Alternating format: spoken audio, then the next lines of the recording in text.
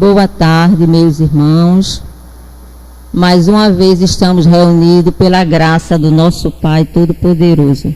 Portanto, sejam todos bem-vindos à nossa casa de oração e trabalho.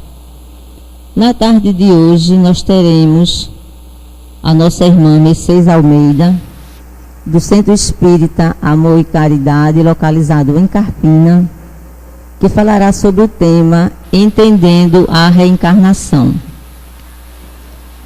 Solicitamos dos presentes a gentileza de desligarem seus celulares e os irmãos passistas só precisam sair para a sala de passes após a palestra no momento dos avisos finais. Para que o nosso trabalho transcorra num ambiente de muita paz e de muita iluminação, vamos proferir a nossa prece de abertura. Jesus, Mestre Divino, sabemos que já se encontra aqui entre nós, Senhor, e te rogamos a tua assistência amiga para que o nosso trabalho transcorra num clima de harmonia, de fraternidade e, acima de tudo, de interesse pelo tema da tarde de hoje. Te rogamos, Mestre, as tuas bênçãos de paz e de luz para todos nós aqui presentes, encarnados e desencarnados, e que possamos, nesse breve tempo, desfrutar desses ensinamentos pertinentes à nossa evolução. Pedimos também a proteção e a bênção e assistência amiga do nosso irmão Bezerra de Menezes, o mentor da nossa casa, juntamente com a sua equipe espiritual, que se faz presente toda vez que nos reunimos. E assim sendo, mestre amigo, nós te louvamos e te agradecemos a oportunidade que nos confere na tarde de hoje e te pedimos a permissão para iniciar os nossos trabalhos. Muita paz para todos.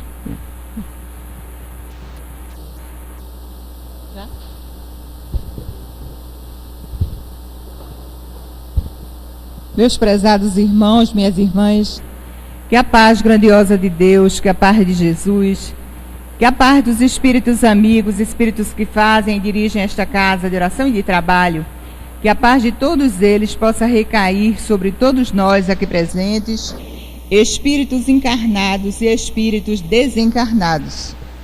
Trago para todos vocês que fazem esta casa um abraço fraterno e amigo de um centro situado lá na cidade de Carpina, o Centro Espírita Amor e Caridade. Centro Espírita Amor e Caridade é um centro que naquela cidade foi fundado desde o recuar do ano de 1946. Portanto, é uma casa que desde 1946, precisamente no dia 15 de fevereiro, até hoje, ela vem divulgando o Evangelho de Jesus à luz da doutrina dos Espíritos, de forma ininterrupta. É uma casa que também, com o título, né, que ela tem o Centro Amor e Caridade, ela focando a parte da caridade, ela também, como vocês, tem um lar de idoso, o Lar Espírita Amor e Caridade. Faz parte das nossas atividades, esse departamento, onde o idoso recebe, é o único, né? É o único local lá na cidade de Carpina, onde o idoso também recebe o auxílio, os préstimos materiais e espirituais da nossa casa. A temática de hoje é uma temática que eu considero particularmente, eu disse isso a Bruno, um dever de nós sempre estarmos trazendo para as nossas tribunas espíritas a temática da reencarnação. Porque quando a gente entende a reencarnação, a gente verdadeiramente passa a ver a vida de uma forma diferente. Então, quando a gente também observa a preocupação do Espírito de Verdade, quando ele diz que um dos deveres do espírita é divulgar a reencarnação, a gente observa que essas palavras não são ditas por dizer, né? Há um sentido muito importante nisso. Então, como trabalhadores da doutrina, observando essa indicativa do Espírito e observando também que a temática reencarnação faz uma diferença muito grande quando ela é bem entendida, é que, vez por outra, a gente traz nos nossos comentários, nas nossas exposições, essa temática. E ao abordá-la, nós nos recordamos de uma informação que aconteceu lá na cidade de Cesareia de Filipe. Conta-se que nas vertentes do Monte Hermon, a 45 milhas do Mar da Galileia, existia uma cidade, as ruínas de uma cidade chamada Cesareia de Filipe. E nessa cidade aconteceu um diálogo muito importante, e quando ele é narrado, aquelas pessoas que se detêm ao narrá-lo dizem com propriedade que, se observasse o conteúdo desse diálogo, a visão reencarnacionista seria muito diferente, principalmente no mundo ocidental. É que, estando Jesus com os discípulos, ele lhes indaga: quem dizem quem eu sou? É uma interrogação muito interessante, porque Jesus aí passa a ideia, e a gente vê isso bem configurado na resposta dos discípulos a respeito da reencarnação. E a resposta que lhes foi dada foi a seguinte: uns dizem que tu és Elias, outros falam que tu és Jeremias, e outros chegam a imaginar que tu sejas João Batista. É muito interessante observar, porque as pessoas dizem que textualmente ou diretamente Jesus não falou a respeito de reencarnação. É inclusive um dos argumentos daqueles que se contrapõem à doutrina reencarnacionista. Mas é também muito interessante observar, principalmente quando a gente acompanha a trajetória dos diálogos e das afirmativas do mestre, ele, quando queria trazer uma ideia diversa daquela que era assimilada, ele sempre falava: tendes aprendido, era uma frase que ele muito repetia, tendes aprendido o que foi dito. E aí ele passava um ensinamento novo. Em relação a essa questão, quando ele pergunta: quem dizem quem eu sou? O que é que dizem que eu sou? E a resposta, quando lhe foi dada, ele não contestou. Ele poderia fazê-lo, e era importante, e ele nunca deixava a oportunidade de ensinar. Então, ele pergunta a Pedro, e Pedro diz: tu és o Cristo, o Filho de Deus vivo. É muito significativo esse diálogo, porque houve a indagação, houve a resposta e não houve a contestação. Bom, o que significa, em que consiste a doutrina da reencarnação? De acordo com o seu conteúdo, significa que o espírito ele pode vir à Terra, pode reencarnar tantas vezes quanto precisas e necessárias para que ele possa atingir a sua evolução espiritual. Né? Essa possibilidade de voltarmos sucessivas vezes com o objetivo do nosso crescimento espiritual. Nas passagens do Velho Testamento, nós vamos encontrar Isaías, no capítulo 14, versículo 19, quando ele diz: aquele do vosso povo, a quem a morte foi dada, viverá de novo. O verbo no futuro do presente. Aquele do vosso povo, a quem a morte foi dada, viverá de novo. A outra passagem que nós vamos encontrar em Jó, quando lá no capítulo 14, 10 a 14, ele diz: terminados os dias quando o homem morre, ele vive. Terminados os dias da minha existência, esperarei, pois a ela retornarei. Mas voltemos agora, mais uma vez, ao Novo Testamento. E ao chegarmos de novo no Novo Testamento, nós vamos observar agora um diálogo em que não foi desta feita Jesus a perguntar. Foram os discípulos que lhe perguntaram, em observando um cego de nascença. E eles perguntam a Jesus: quem foi que pecou? Percebam a indagação. Quem foi que pecou? Foi ele que pecou ou foram seus pais? Gente, mais uma vez a gente vê embutida a ideia reencarnacionista. se ele já nascera cego, quando aquele jovem tinha pecado? Quando, não é? É claro que se remete isso a um outro momento que não aquele em que ele já nascera cego.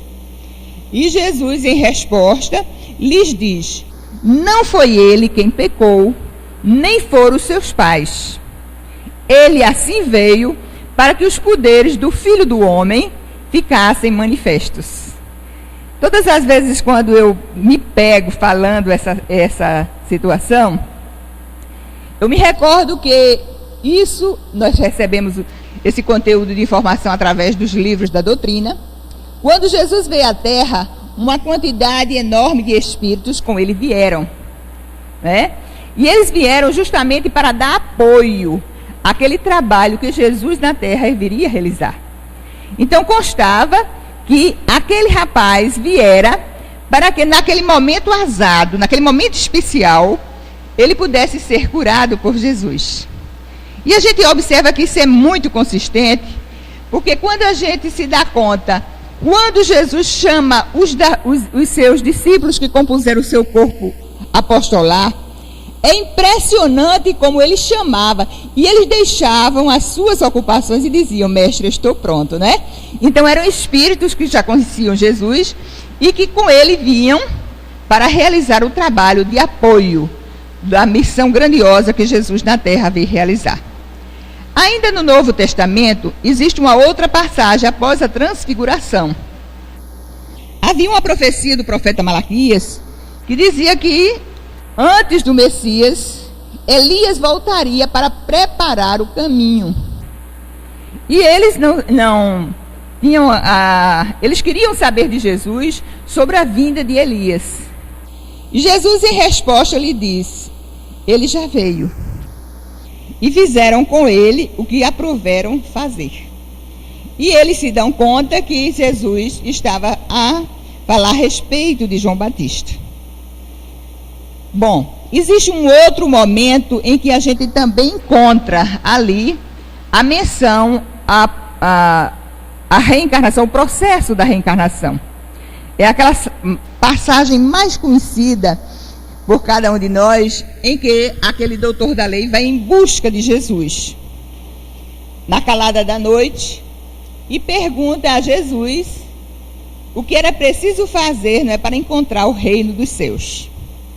Jesus diz: é preciso nascer de novo. No entanto, houve uma certa indagação no espírito de Nicodemos, porque ele indaga a Jesus: como é que eu, homem feito, né, eu vou retornar ao ventre materno?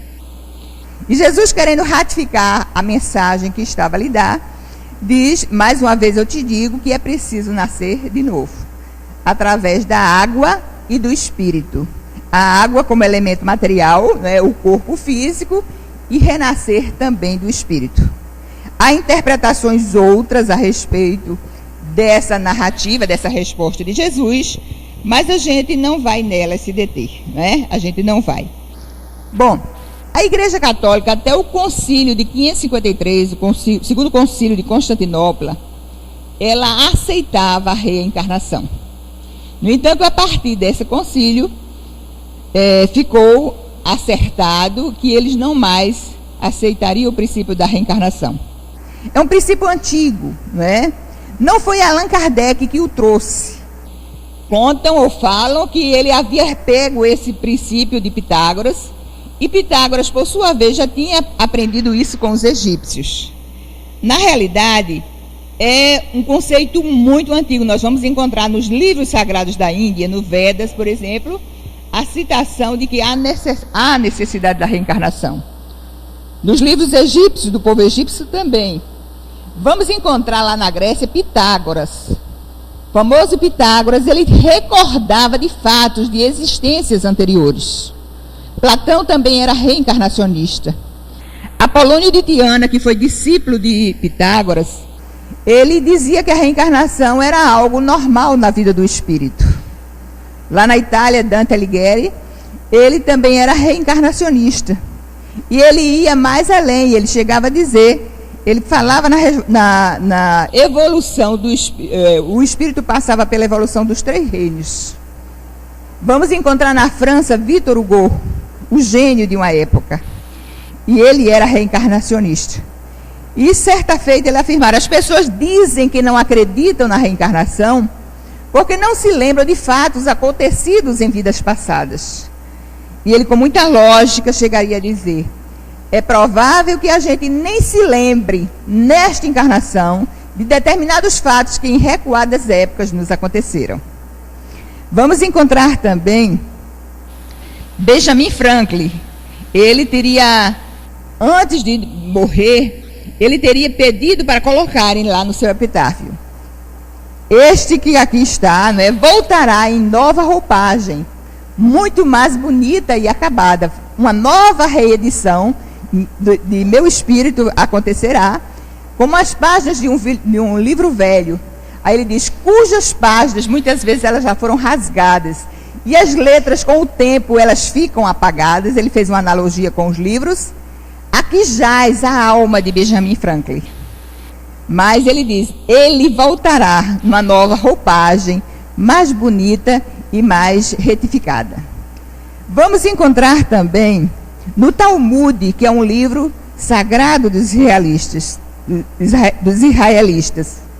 E lá no Talmud há uma informação: a alma de Abel passou para a alma de Sete e depois para a de Moisés. Então nós começamos a observar, nessa síntese bem rápida, o quanto a ideia da reencarnação ela está impregnada na mente de muitos povos. Existe um autor que ele foi padre durante muito tempo da Igreja Católica Liberal lá nos Estados Unidos. O nome dele é Irving S. Cooper. E ele escreveu um livro muito interessante. Um livro fininho, mas de um alcance muito grande. Ele tem a capacidade de sintetizar a doutrina da reencarnação de uma maneira muito feliz. E o Irving S. Cooper, ele diz: hoje, mais da metade da humanidade acredita, aceita a reencarnação. E ele diz: mas é muito lógico que isso esteja a acontecer. Porque, na realidade, as pessoas, elas precisam de uma coisa que seja racional, uma coisa que seja lógica para que elas possam acreditar. E nós, há pouco tempo, pegamos um livro de um escritor espírita chamado José Carlos Leal. Ele escreveu o livro Qualidade de Vida e Espiritismo. E ele diz que a doutrina reencarnacionista é uma filosofia positiva. É uma ideia de qualidade, na visão de José Carlos Leal. Por quê? Porque ele diz que é a única, na visão dele, que traz a possibilidade de nos dar explicações lógicas, explicações racionais para as diferenças que nós encontramos no dia a dia do nosso existir. Nenhuma outra doutrina, ele reforça o seu pensamento, é capaz de nos dar respostas tão racionais como a doutrina da reencarnação. Bom, e o Irving S. Cooper, logo no início dessa obra, Reencarnação, a Grande Lei do Universo, ele conta um caso que sempre eu repito, de um fato que acontecera com um homem que fora acusado de um crime injustamente. E esse homem, ele cumpriu 1/3 de sua vida na prisão. Condenado, a pena foi perpétua, mas ele cumpriu 20 anos. Ele ficou 20 anos recluso. Quando se passou 20 anos em que ele estava recluso, o verdadeiro criminoso se apresentou. Ele estava por recuperar a liberdade e um religioso, um homem dedicado à divulgação do Evangelho, ele vai visitá-lo. E ao visitá-lo, diante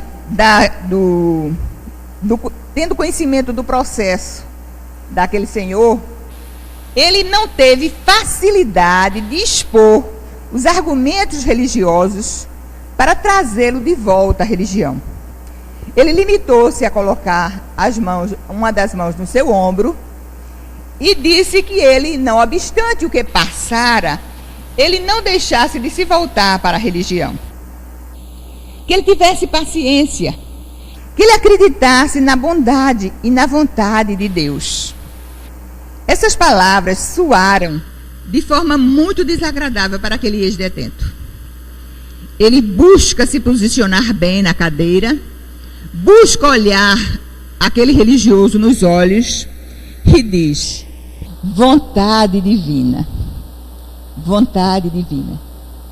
Então você vem nesse momento em que eu estou ganhando a liberdade, depois de ter passado grande parte da minha vida aqui. Observe a pessoa que eu sou. Fisicamente, moralmente e espiritualmente eu sou um homem acabado. Então eu lhe pergunto: foi vontade de Deus que eu aqui, durante 20 anos, eu estivesse? Agora eu gostaria que o senhor me desse conta de minha família. Onde está minha mulher, onde estão meus filhos? Porque desde que fiquei recluso, não mais tive notícias deles. Será que morreram? Como eles estão? E o religioso não teve possibilidades de responder. Porque acrescendo a essas indagações, ele perguntou: e onde estava Deus durante todo esse período? E o religioso não soube responder. Irving S. Cooper, trabalhando bem a questão da reencarnação, ele diz assim: esta questão que foi por este ex-detento levantada, como tantas outras que visitam a mente das pessoas que vivem num mundo cheio de desigualdades, elas ficam muito difíceis de serem respondidas sem a luz da reencarnação. Porque uns nascem em berço de ouro e outros nascem em locais miseráveis. Porque uns tão belos e outros portadores de grande fealdade. Porque uns sadios e outros já nascendo enfermos. Porque aqui uma criança esquimó nasce no iglu e ela ficará condicionada a uma vida muito simples, sem maiores possibilidades de crescimento, e uma outra nasce num meio muito civilizado, participando de uma vida social onde ela tem muitas possibilidades de crescer. Porque as crianças que nascem em locais onde tem tudo e outras que lhes faltam até o necessário. Como se justifica a vida, por exemplo, de um homem que trabalha uma vida inteira, é honrado, como esse ex-detento dizia que era: eu sempre vivia para a minha família, eu era um homem digno, cumpria as minhas obrigações? Como é que muitas vezes as pessoas trabalham toda uma vida inteira e depois, por algum acidente, elas muitas vezes terminam as suas vidas isoladas em asilos e muitas vezes vivendo situações bem difíceis? E porque muitas vezes outras que são ociosas passam uma vida inteira sempre a receber? De uma forma muito conclusiva, o Irving S. Cooper, ele diz: faltou aquele religioso. Como muitas vezes a gente vê que falta também a tantos outros a chave da reencarnação. Que na visão dele, de uma forma muito interessante, ele diz: é a chave mestra, a reencarnação, capaz de resolver os mais difíceis e intricados problemas que nem a teologia, nem as filosofias conseguem resolver. Chega a ser uma questão muito séria, diz o José Carlos Leal no seu livro Qualidade de Vida e Espiritismo. Por quê? Porque o homem que se vê a braço com tantas desigualdades, e às vezes não lá fora, dentro da sua própria família, entre irmãos consanguíneos, quanta diferença de sorte, não é? Porque uns com tanta facilidade de aprender e outros tantas vezes nascem até imbecis. Porque é que uns muitas vezes, nascidos de pais educados, pais honestos, eles têm dentro da sua prole filhos que têm uma conduta moralmente tão reprovável. Então, na visão de Irving S. Cooper, faltou a esse religioso o conhecimento da reencarnação, que seria a chave para desenvolver, não é, todo o questionamento que aquele homem lhe impôs. Existe um livro de Valdo Pereira Franco para os jovens, onde ele narra também, ele narra muitas histórias, e uma delas, presa à reencarnação, que é a história de Ugolin. Não sei se vocês conhecem a história de Ugolin. É uma história muito interessante, e no final, Divaldo, ao narrá-la, ele conclui nos levando a observar o valor da reencarnação. Era um jovem que, após a Segunda Guerra Mundial, ele teve a possibilidade de encontrar um religioso, um homem muito piedoso, que se preocupava em ajudar o próximo, que perdera na Segunda Guerra Mundial a sua mulher e seus filhos. Certo dia, quando ele descia de um metrô na cidade de Paris, esse rapaz, que trazia consigo a marca de um grande sofrimento moral e também material, se aproxima do religioso, e uma amizade muito grande é feita entre os dois, e o religioso tem vontade de adotá-lo. Mas ele tem uma história de vida marcada por muito sofrimento, porque ele se transformara numa pessoa corcunda. Ele se defeituou por conta de um certo dia, a sua mãe morrera de uma forma rápida, e o pai, que perdera a dignidade com a morte da esposa, colocou ele, Ugolin e sua irmã Solange, para sair à rua a mendigar. Quando eles traziam no final do dia o dinheiro para casa e não satisfazia o pai muitas vezes os esbofeteava.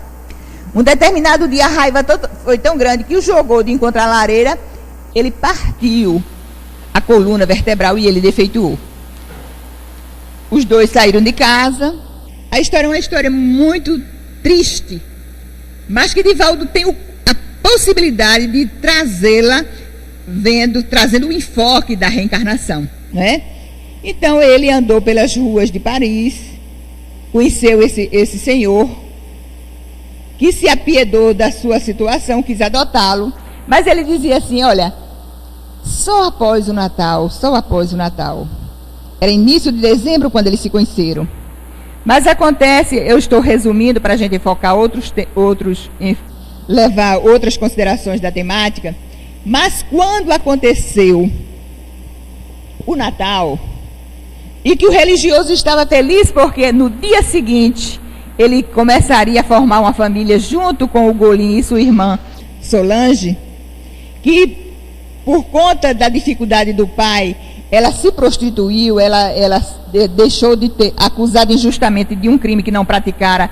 Ela disse: a sociedade não me quis pura, eu vou me prostituir, se prostituiu. Mas aquele homem religioso queria juntar os dois para formar com eles uma família. Chega o Natal e o dia ansiosamente esperado seria marcado por uma nova tragédia. Nas conversas que ele entretia com o religioso, ele perguntava: por quê? Por quê? Por quê, pastor? Por quê? Porque é que Deus muitas vezes tira das crianças novas, das criancinhas tenras, as suas mães. E o pastor dizia para ele: eu não sei, meu filho, eu sei que Deus é bom, mas eu não sei. Por quê, pai? Por quê, pastor? Por quê? No dia de Natal, aliás, na véspera de Natal, quando ele caminhava por uma determinada rua, um grupo de jovens que frequentava uma igreja católica despiram-no e passaram ali bater. É quando o padre da localidade dá-se conta daquele crime que estava sendo feito com o Ugolin, recolhe-o, leva à sacristia e começa com ele a conversar. E agora as indagações daquele rapaz continuavam. Será que verdadeiramente existe Deus? Será que Jesus existiu? Será que Jesus por aqui passou ou não foi uma lenda? Porque agora ele perguntava não mais ao pastor, perguntava ao padre: padre, por quê? Porque na minha vida tanto sofrimento. Porque comigo justamente hoje, na véspera de Natal. E ele chorava. E o padre respondia: não sei, meu filho, não sei. Eu só sei te dizer que Deus é bom. E que a maldade que existe no mundo é por causa das pessoas que ainda não entenderam a mensagem de Deus e de Jesus. Durma, amanhã voltaremos a conversar.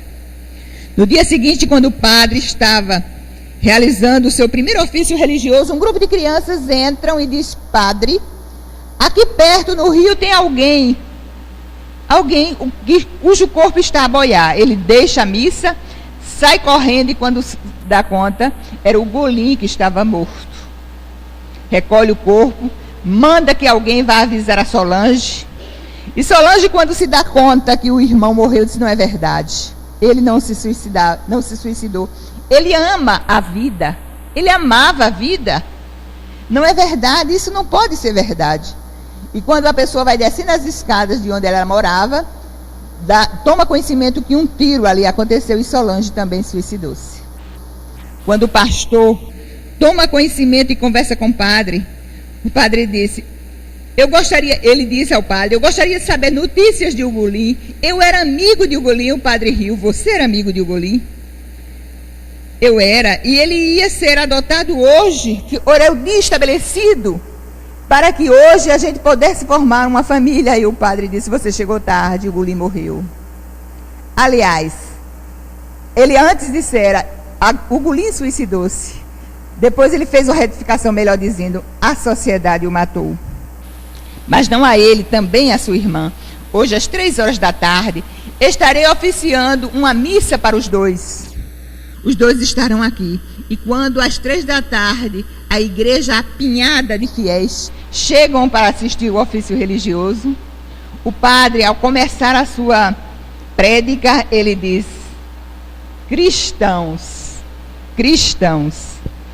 eu acho esse vocativo tão forte. E eu o trago para a vida de cada um de nós que aceitamos reencarnação. Né? Porque o que vai vir depois daí? Ele diria para os seus fiéis: quando eu voltar para o mundo espiritual, vão me perguntar: padre, o que é que tu fizeste dos teus fiéis? Eu me calarei. Pela segunda vez, com certeza, eu vou ser perguntado: padre, o que é que fizeste de tuas ovelhas? Eu me calarei. Pela terceira vez vão me perguntar: o que é que fizeste de tuas ovelhas? Eu direi: não eram ovelhas, eram lobos vestidos de ovelhas. E ele usaria esse vocativo que eu todas as vezes medito sobre ele. E fazendo analogia ao que o padre, convocando seus fiéis a pensarem, fez, eu diria, relembrando ao pensamento do padre: espíritas, né? O que é que nós estamos fazendo com os conhecimentos da doutrina? Cristãos.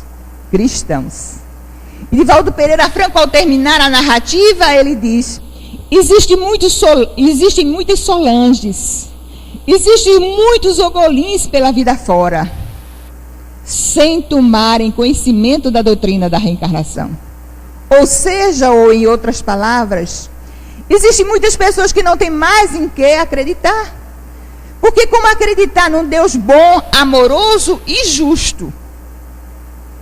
Observando tantas desigualdades que fazem parte do nosso existir. Eu sempre digo, aquelas pessoas que não conhecem reencarnação e que amam Deus e não o temem, porque há uma diferença entre amar e temer, eu deduzo, são espíritos já amadurecidos, que trazem consigo intuitivamente a certeza que Deus é bom.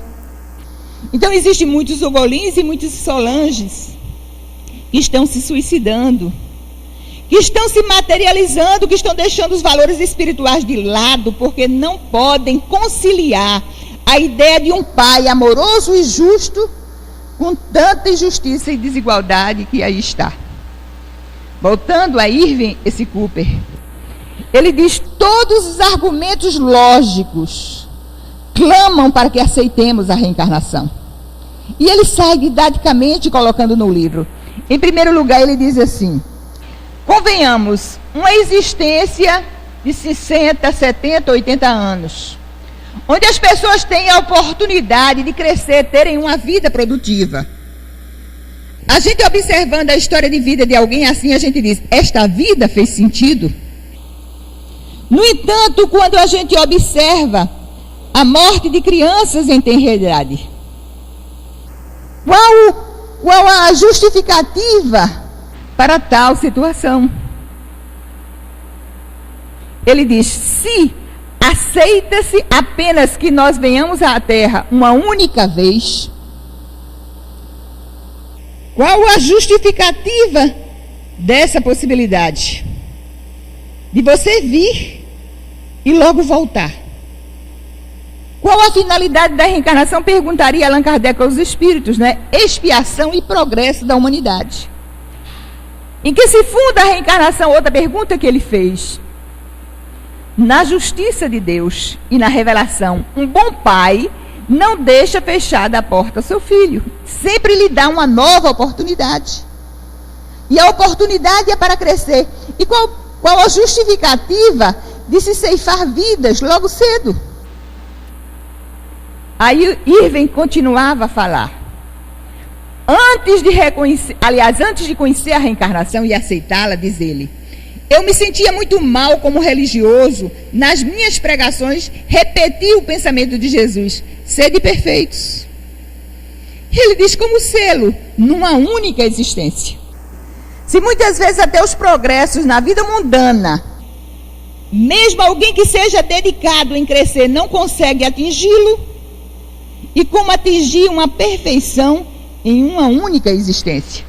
Mas é um apelo de Jesus em relação a cada um de nós. Sede perfeitos. Em relação a uma vida que se esvai com rapidez, o Irving S. Cooper, ele diz assim: quando nós aceitamos a reencarnação, a gente sabe que cada existência é o elo de uma grande corrente. E que uma vida que se vai assim rapidamente marca o espírito, porque aquela experiência para ele, muitas vezes é a liquidação de débitos desagradáveis, de situações embaraçosas. E ela também traz do seu bojo uma lição para os pais. Então faz sentido, porque o espírito arquiva, né, todas as suas experiências. Continuando, para que a gente possa entender a reencarnação, há um outro argumento interessante que ele diz: através dela, nós temos possibilidade de conhecer por que existe o mal na Terra. Cada espírito tem consigo, de forma potencial, as qualidades intelectuais, morais e espirituais. Cada espírito tem. Não as tendo essas qualidades desenvolvidas, muitas vezes a gente vai colher o sofrimento, porque a gente muitas vezes faz a opção pelo mal. No entanto, a partir do momento em que a pessoa vai crescendo em virtudes, a pessoa deixa, por exemplo, de ser egoísta, porque foi aprendendo a experiência da compaixão. A pessoa muitas vezes deixa de ser ignorante, porque a experiência lhe trouxe sabedoria, e vai começando a distinguir o bem, o mal do bem. Então é um processo, o mal ainda existe na Terra, porque o homem ainda não desenvolveu todas as suas possibilidades e usa de forma equivocada o livre-arbítrio. Na questão 754 do Livro dos Espíritos, Allan Kardec, já naquela época preocupado com a questão da crueldade, ele perguntaria: a crueldade é a ausência do senso moral? E os espíritos, em resposta, lhe disseram: não crede que é a ausência do senso moral, porque o senso moral existe em todas as criaturas. Como existe em todas as criaturas, como existe o aroma no germe da flor que ainda não desabrochou. À medida que a gente vai crescendo em virtudes, a gente vai deixando de lado as nossas dificuldades, as nossas viciações. É através da reencarnação que a gente entende que existe uma lei moral, né? Que não existe fatalidade naquele sentido de que a pessoa é propensa para realizar determinada coisa negativa. E o destino é construído por cada um de nós. Existe no mundo moral a mesma coisa que ocorre na esfera física, né? A cada ação corresponde uma reação. Então hoje, nós passamos por aquilo que ontem nós construímos, né? Buda dizia que não existe nenhum lugar no universo onde a gente não colhe as consequências daquilo que a gente fez. Então, a gente começa a observar que em muitas situações da vida, principalmente naquelas em que a gente não entende por que é que determinadas pessoas tidas como boas passam por determinados problemas, né? E aí, estudando a reencarnação, a gente vê que a gente encontra lógica mesmo em tais situações. Que na realidade, quando a gente vê alguém que a gente imagina que não está passando por determinada situação desagradável, porque não é justo, a gente vai observar que tudo aquilo é um resultante da lei de causa e efeito, da lei de ação e reação. Nesse livro Qualidade de Vida e Espiritismo, José Carlos Leal conta uma narrativa muito interessante de um padre que certo dia já estava, a tarde já estava se indo, a noite estava a cair. E o padre, ele vai até o campanário da sua igreja. Lá de cima, numa pequenina cidade do interior, onde ele tinha a sua paróquia, ele teve a oportunidade de observar dois homens que discutiam. Num dado momento, ele viu um dos homens pegar uma faca e esfaquear o outro. Ele já teve vontade de lá de cima sair e ir ao encontro para ver se davam ajuda àquela pessoa que caíra. Quando chega um outro homem, pega a faca e, ao pegá-la, um grupo de policiais se aproxima e dá-lhe ordem de prisão. O padre ficou um tanto quanto contrariado, porque de lá de cima ele percebera que aquele homem não era responsável por aquele crime que fora ali realizado. O homem é recolhido e ele se deu pressa de no dia seguinte ir à delegacia dizer: eu presenciei o crime. Este homem que foi detido, que está detido, não o cometeu. E o delegado perguntou: e quem o cometeu? Não sei dizer. Porque, na realidade, já anoitecia e ele estava de costas. O delegado disse: olha, como é que nós vamos soltar, relaxar essa prisão, se na realidade ele foi pego com a faca na mão? A polícia precisa de mais detalhes. Ele saiu contrariado. E ele disse para consigo, pensou: talvez somente eu tenha assistido à cena do crime. Mas não apenas eu e Deus. Era um homem religioso. E a partir daí ele começou a acompanhar o caso e a orar. Deus, por certo, vai se manifestar. Não se manifestou. O homem foi condenado. E ele ficou muito contrariado. Disse: eu não vou mais servir a um Deus que, na minha visão, é um Deus injusto. Com os poderes que Deus tem, ele poderia ter modificado o rumo deste caso. Eu vou deixar a batina. E no dia aprazado, ele acorda cedo e, ao deixar a igreja, ele antes ia fazer uma caminhada matinal, apresenta-se um rapaz que ele não conhecia e diz: acompanhe-me. Mas antes de fazê-lo, providencia uma enxada. Ele providenciou a enxada e ele caminhou com aquele rapaz que se lhe apresentara desconhecido. E o desconhecido disse assim: olha, cave aqui. Cave aqui. Ele começou a cavar e, a alguns metros, ele observou que existia ossos.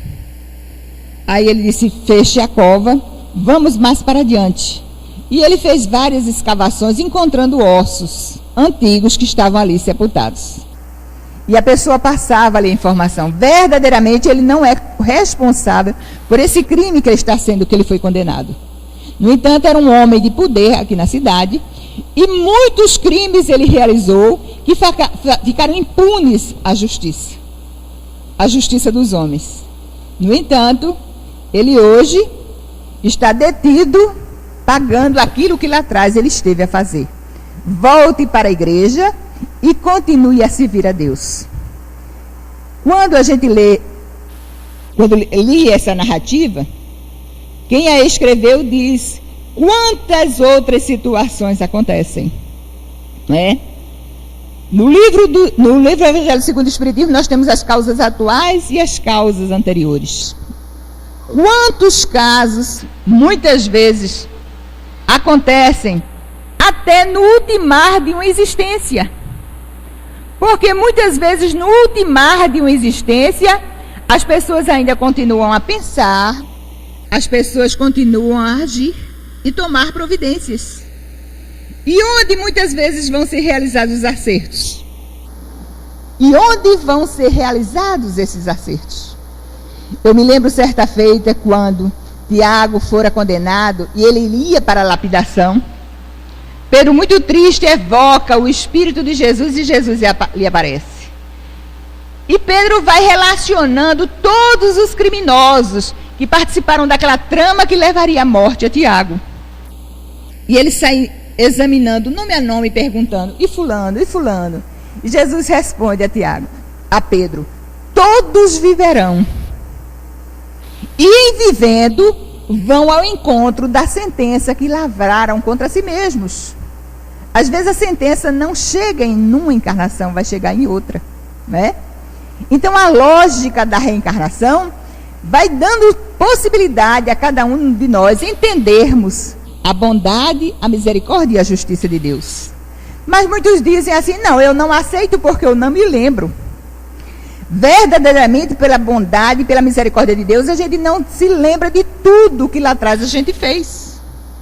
Mas de forma sintética, a lembrança existe na mente de muitas pessoas. Como é que a gente poderia justificar? De forma rápida a gente vai passando por isso. Como a gente poderia justificar a vocação inata de determinadas crianças para as artes? Ou para determinados tipos de habilidades? Onde elas aprenderam? Onde elas aprenderam? Como se justificaria, por exemplo, o gênio precoce? Não é? Beethoven, aos 10 anos, já era famoso pela sua genialidade. Mozart, aos 4, né? Ele faz duas óperas. Pepito Ariola, aos 3 anos e meio, encanta pela maneira de tocar. Eu recolhi a certo dia uma informação de um menino que, aos 6 anos, na Universidade Autônoma do México, ele fez uma palestra aos 6 anos, tão pequenino que colocaram numa cadeira para que ele falasse para um público de 45, aliás, para um público formado de médicos e profissionais da área de saúde. Esse menino falou por 6 anos, Maximiliano Arellano, o nome dele. Ele falou por 45 minutos sobre um tema específico, osteoporose. E a plateia encantada. Fala com um linguajar, diz o diretor da faculdade, um linguajar que verdadeiramente é próprio de um estudante, de um médico residente. Onde Maximiliano Arellano captou todas essas informações. Não precisamos ir longe. Quem não conhece a história de Sibelius, lá da cidade de Campina Grande? Pequenino, aos 3 anos, a sua mãe desperta, aliás, a casa despertou, observando que ele estava a tocar. De onde vem essa habilidade? A gente poderia acrescentar tantos outros fatos, por exemplo. De onde provém, por exemplo, essa antipatia ou antipatia que nasce assim que a gente aperta a mão de alguém ou a gente a vê? De onde é que essa simpatia ou essa antipatia vem? Os amores à primeira vista, né? Que Joana de Ângeles, quando interpreta esses amores à primeira vista, ela diz muitas vezes a não sei quantas vistas que isso aconteceu, não é? Aliás, não é a primeira, é um reencontro de almas que já são afins. Como justificaria, por exemplo, muitas vezes a gente ir para um determinado local e a gente já ter a impressão de ter visto aquilo. Mas isso não são apenas considerações filosóficas.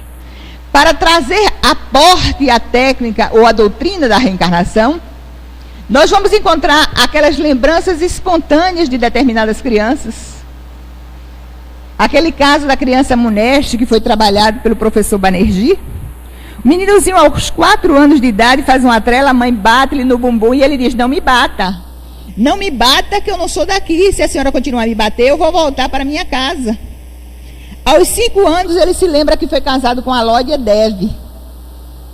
E que morava na cidade de Itani. E que os parentes moravam perto, na cidade de Visara. Como esse fato se deu lá na Índia, as pessoas não estranhavam, porque a ideia da reencarnação é algo muito natural. Banerjee entrou, foi convidado para analisar a experiência de Munesh, e ele é levado para a cidade de Visara. E lá chegando, apresentam a ele aquela que foi sua antiga mulher, a Alódia, e a irmã dela. Qual das duas é a Alódia? Ele disse, essa daqui. A mulher não acreditou, disse, pode alguém ter dito que eu sou a Alódia. Pode alguém ter dito. Então, a pesquisa foi feita, continuaram a pesquisa, ela foi com ele para um local particular, e ele deu detalhes da vida do casal. Ela sai da entrevista e diz, não tem a menor dúvida, ele é a alma do meu marido que retornou. Aquele caso, outro também na família Pollock, 2 meninas gêmeas foram mortas num acidente, os pais estavam dentro de casa, ela brincava com a outra criança, e o guarda bate a porta e diz, olha, as crianças foram acidentadas, as crianças morreram. Tristeza para o casal. A mulher tiveram dificuldades de engravidar, e ela agora via as 2 filhas mortas. O marido teve um sonho e disse, elas vão voltar. Elas disseram-me em sonho que vão voltar. A mulher sorriu e disse, é impossível, você sabe como foi difícil gestá-las. Uma nova gestação se fez e as gêmeas voltaram. Esse fato se deu na Inglaterra, foi pesquisado por Ian Stevenson. Saíram desse local 5 anos após, voltaram à cidade. Quando colocaram as crianças na rua onde elas haviam morado, elas disseram, a gente já morou aqui. A nossa casa fica na 5ª rua, ali próximo tem uma padaria, ali fica uma mulher muito gorda trabalhando no caixa. E o pai, muito a sorrir, disse, as nossas meninas voltaram. E traziam consigo marcas, porque fala-se, os estudiosos falam que de uma reencarnação para outra, geralmente algumas marcas físicas acontecem. E isso a gente, observando esses fatos, a gente sabe que a providência divina, para facilitar os estudos e a divulgação de uma verdade que faz uma diferença na vida de cada um de nós, permite que isso venha acontecer. As meninas traziam marcas da reencarnação passada. E eles felizes, observando esses fatos, uma disse, olha, vamos ver a cova de tigre. A covinha de tigre era ali, tigre era um gatinho de estimação. Detalhes que pertenciam à vida delas. Quando elas foram próximas ao local onde o fato havia se dado, o que é que aconteceu? Elas se encheram de grande pavor. Como a gente se enche muitas vezes de determinadas fobias, porque foram fatos que nos traumatizaram. Bom, Richard Simonetti, o conhecido Richard Simonetti, ele diz, é muito bom a gente ter a certeza que hoje, através do processo das terapias das vidas passadas, psicólogos amigos dele dizem, olha, eu não tenho dúvida a respeito da reencarnação, eu não tenho dúvida. Elas aparecem de forma real na vida dos meus pacientes. Aí Richard passa-nos uma informação muito interessante. É muito bom para cada um de nós, espíritas, vemos que cada vez mais as pessoas se abrem para aceitar a reencarnação. É bom. Aí ele diz, mas melhor do que isso, é que a gente que é espírita, a gente assuma uma consciência reencarnatória. Porque ter uma ideia de reencarnação é bom, mas é preciso que a gente tenha isso como ideal. Porque a ideia a gente tem hoje, se a gente não alimenta, ela não chega a crescer. Mas por conta de um ideal, a gente muitas vezes vive e muitas vezes a gente se sacrifica até a vida para a divulgação desse ideal. Então ele diz, é preciso que assumamos essa consciência reencarnatória. E assumir é quando a gente chegar em casa, quando a gente chegar no trabalho, quando a gente viver com as pessoas da comunidade, a gente ter a possibilidade de vê-las de forma diferente. São pessoas que muitas vezes nos desafiam, mas a gente, em as olhando, a gente observa que faz um sentido elas estarem perto na vida de cada um de nós. O Dr. Ricardo de Bernardi é um médico de Santa Catarina que estará em Recife no dia 29 de junho. Ele escreveu esse livro muito interessante, Reencarnação em Xeque. Dia 29 de junho a gente vai ter a possibilidade de recebê-lo num seminário chamado Amor, Sexo e Vidas Passadas. Ele trabalha com vidas passadas. Então esse seminário a gente está deixando o cartaz dele aqui com alguns ingressos. Ele fala de uma forma muito interessante também a respeito de reencarnação. Em os seus pensamentos ele diz: a reencarnação nos traz lógica. A reencarnação é a única maneira de a gente conciliar o conhecimento científico com a espiritualidade. Muitas pessoas ainda, ele diz, não acreditam em reencarnação. Não nos preocupemos, ela é uma lei da vida. É provável que lá na frente ou em outras existências eles cheguem a entender. Pensamento do Dr. Ricardo de Bernardi. E ele recentemente, ele botou um artigo, ele escreveu um artigo para a revista Internacional do Espiritismo. E esse artigo é fantástico. Esse artigo é fantástico. Onde ele, de uma forma assim, muito lúcida, ele faz uma análise daquelas mortes coletivas, aquelas mortes que aconteceram lá na cidade gaúcha de Santa Maria. Esse artigo a gente não vai ter possibilidade de falar sobre ele, porque o tempo se esgotou. Mas tem o título: Divulgar, se interessar. A dinâmica energética do resgate coletivo. Eu só vou apenas ler alguns trechos. Ele diz assim: nestas semanas que sucederam ao infeliz episódio do incêndio em uma boate no Rio Grande do Sul, ocasionando o desencarne coletivo de 241 pessoas, nós temos lido em conceituados jornais e revistas espíritas conceitos e explicações extremamente tímidos no que concerne às causas do lamentável evento. Desde as primeiras obras psicografadas por Chico Xavier no século passado, já eram mencionados os fenômenos de fluxo das energias, as sintonias entre os campos vibratórios. Aí ele diz: estamos em pleno século XXI e, constrangidos, observamos o deficiente conhecimento dessa fenomenologia por significativo segmento dos adeptos do Espiritismo.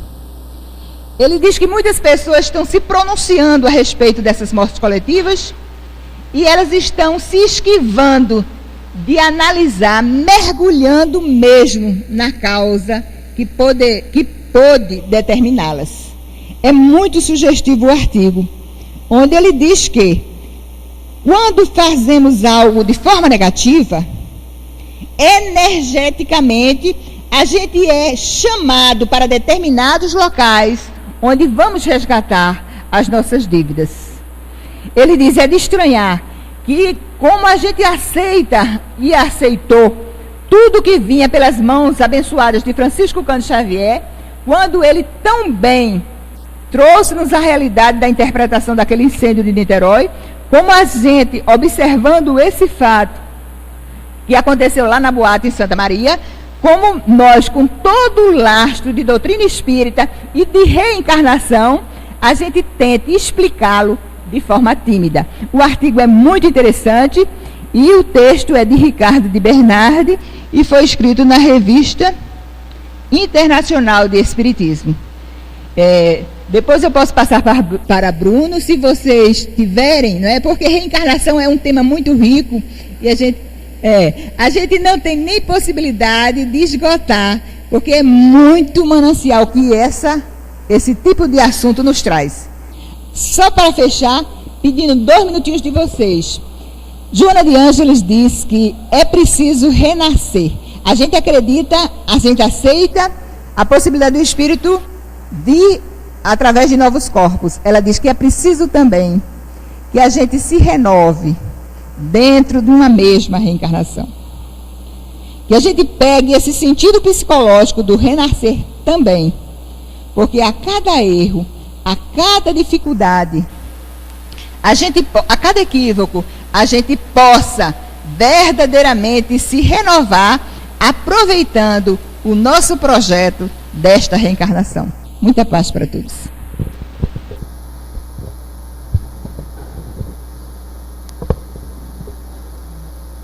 Nossos agradecimentos à irmã Mercedes Almeida pela bela explanação da tarde de hoje sobre um tema que realmente é pertinente à doutrina espírita.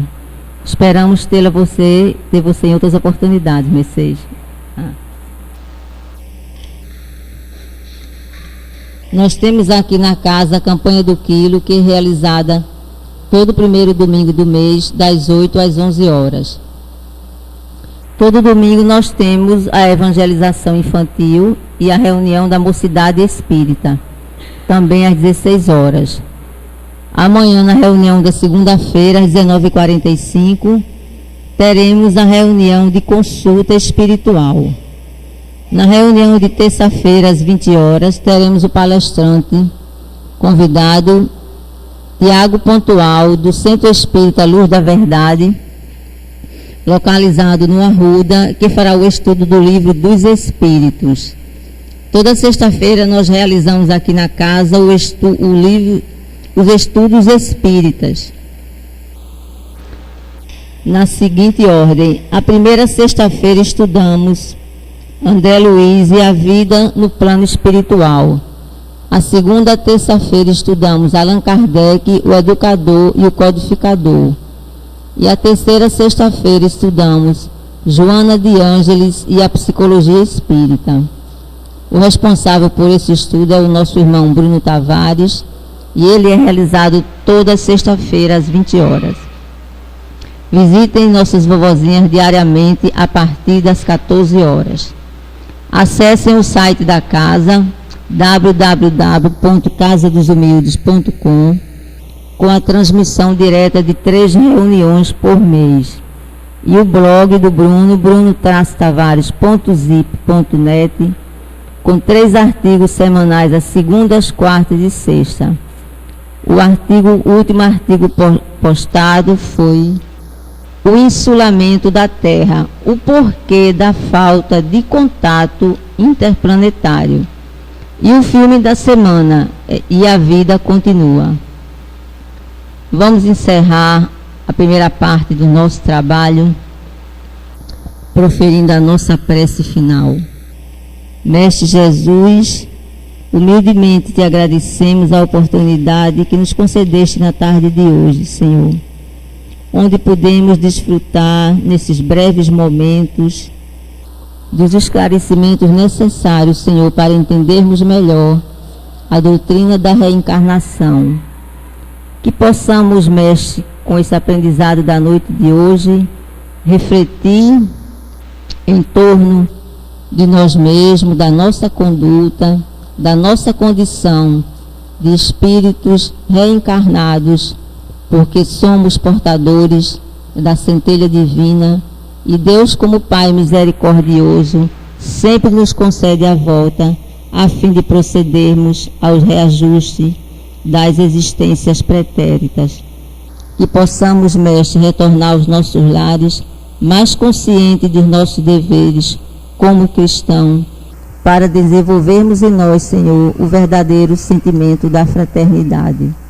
Agradecemos também ao nosso irmão Bezerra de Menezes, que trabalha conosco diuturnamente, nos assistindo e nos orientando em todos os trabalhos de nossa casa. Agradecemos também a nossa Mãe Maria Santíssima, que também conosco está presente em todas as nossas tarefas.